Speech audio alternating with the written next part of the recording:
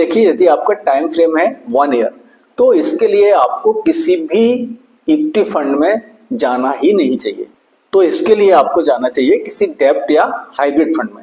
तो इसमें आपको वोलेटिलिटी कम एक्सपीरियंस करने को मिलेगी। यदि मार्केट गिरता भी है तो अगर आप प्योर डेब्ट में गए हैं तब तो कोई दिक्कत ही नहीं है, और यदि आप हाइब्रिड या बैलेंस फंड में भी गए हैं तो भी यदि मार्केट गिरता भी है तो क्योंकि उसका एक पोर्शन डेब्ट में इन्वेस्टेड है जहां से कि फिक्स्ड इनकम आएगी फंड को, तो आपको कम से कम लॉस नहीं होगा, कुछ ना कुछ प्रॉफिट के साथ आप ईयर एंड में निकल पाएंगे। क्योंकि यहाँ पर यदि आपका टाइम फ्रेम 1 ईयर है तो फिर आपको इवन लार्ज कैप फंड में भी इन्वेस्टमेंट नहीं करना चाहिए, क्योंकि किसी भी साल म्यूचुअल फंड में और शेयर मार्केट में गिरावट आ सकती है, और यदि शेयर मार्केट में गिरावट आएगी तो लार्ज कैप फंड भी शेयर मार्केट में ही इन्वेस्ट करते हैं, तो उनकी एनएवी में भी गिरावट आ सकती है। और आपका टाइम फ्रेम काफी कम है, सिर्फ 1 ईयर है, तो हो सकता है कि जब तक मार्केट रिकवर हो तब तक आपका गोल आ जाए, आपको पैसे की आवश्यकता पड़ जाए।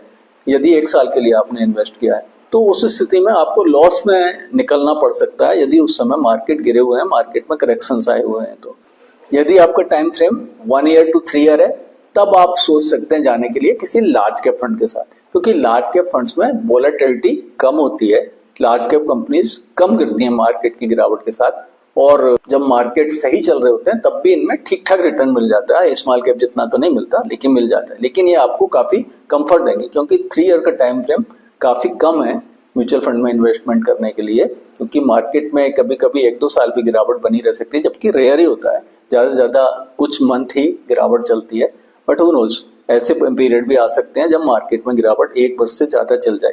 तो ऐसी स्थिति में आपको, यदि आप 3 ईयर का टाइम फ्रेम लेके चलते हैं तो लार्ज कैप फंड में ज्यादा आप कंफर्ट के साथ रहेंगे और आप प्रॉफिट में एग्जिट करने के चांस, प्रोबेबिलिटी आपकी हाई रहेगी। वहीं यदि आपका टाइम फ्रेम 3 to 5 ईयर है तो यहाँ पर अब आप थोड़े से एग्रेसिव हो सकते हैं। अब आप ऐसे फंड्स के साथ जा सकते हैं जहां पर आप कंसंट्रेट करेंगे हायर रिटर्न्स की तरफ। तो यहाँ पर आप कोई एक फ्लेक्सी कैप फंड या फिर मल्टी कैप फंड के बारे में सोच सकते हैं। स्मॉल कैप में अभी भी मत जाइए यदि आपका टाइम फ्रेम 5 ईयर से कम है। 5 ईयर से ऊपर यदि टाइम फ्रेम है तब आप ऐड करिए अपने पोर्टफोलियो में किसी स्मॉल कैप फंड को, क्योंकि काफी वोलेटाइल होते हैं और डरा देने वाली गिरावट हो सकती है इन फंड्स में।